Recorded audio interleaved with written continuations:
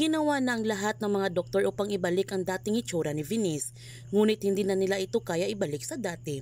Tuluyan na nga pumangit ang itsura ni Venice at pati ang boses ni Venice ay mag-iiba na. Pero tinanggap pa rin ni Francis ang bagong itsura ni Venice at kakalimutan na nga niya ang affair na ginawa ni Venice dahil mahal niya ito. Habang si Nay Guapa, naging successful naman ang kanyang operasyon at sobrang masaya nito si Tata dahil ligtas na ang kanyang ina. Napapatrobol naman si The Boy kaya napabarangay siya nito at nahihiya na siyang tumira ulit sa bahay ni Nay Guapa. Kaya aalis na lamang siya upang hindi madamay sina Tata at ayaw na niya na maging papigat ulit kay Nay Guapa. Ngunit hindi naman papayag si Nay Guapa na umalis si The Boy at haharapin nilang magkasama ang kanyang problema dahil pamilya sila nito. Nalaman naman ni Tata mula sa mga chismosan niyang kapitbahay na malaki na talagang pagbabago ng mukha ni Venice mula na binuhusan ito ng asido sa mukha. Nawawala na nga ang dating kagandahan ni Venice kaya sobrang kapit ito sa asawa niya si Francis. At mukhang nasasaktan naman si Tata nito na maayos ng relasyon nila Francis at Venice. Kaya huwag natin palalapasin